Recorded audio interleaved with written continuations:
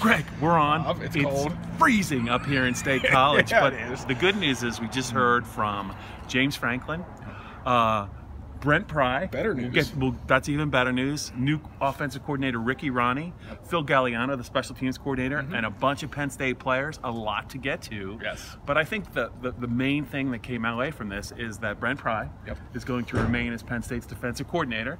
And it was a close call there with Louisiana Lafayette, but he's going to remain. And James said he was actually torn about, possibly losing. Yeah, so the housekeeping note is that Billy Napier, the former Arizona State offensive coordinator, is taking that job at ULL. So Penn State keeps Brent Pry. He was pretty adamant about the fact that some of the info that was out there was not true, that it was inaccurate. He didn't deny, he said there were mutual interests between him and Louisiana Lafayette. He had coached there about a decade ago. Right, but he did say that he felt some of the info that was out there was inaccurate. But at the end of the day, he said him and his family love being here, which is notable because his wife does have ties to the Louisiana area. Brent Pry made it sound like, however, that him and his family love being here, and that won out in the end. So Penn State keeps its defensive coordinator.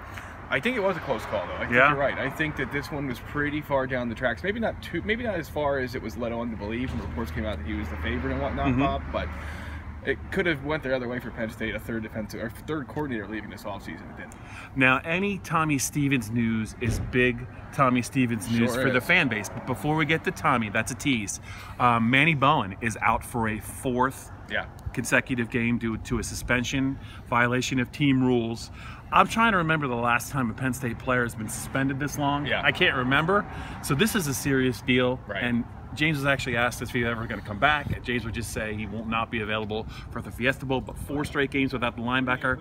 What do you make of that? I would have to just assume at this point that you're not going to see him again. I mean, how could you think anything else? I mean, at this point, you miss that many games, and it comes down to what's the holdup? Is it off the field issues? Is it academic issues? Is it something else? I don't know, Bob, but you're right. There's not many guys that have been suspended for this long. You have to question his future at this point. There's no doubt about it.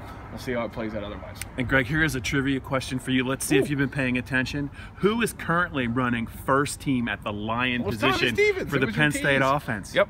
They want to make him a starter, Bob, so that's the way they do it. They created a 12th position in the offensive depth chart to make sure that Tommy Stevens is considered a starter because the program feels he's that valuable. Yeah, and you can read a lot into this. Yeah. Let's start with the fact that they want to keep Tommy happy, right? Because he will be able to transfer graduate, I think, in the spring. He's going to get his degree. The other part of the equation is the guy is a touchdown maker. Right. 9 touchdowns in limited touches, throwing, running, and receiving this year. Had a 100-yard rushing game against Maryland, 3 rushing touchdowns.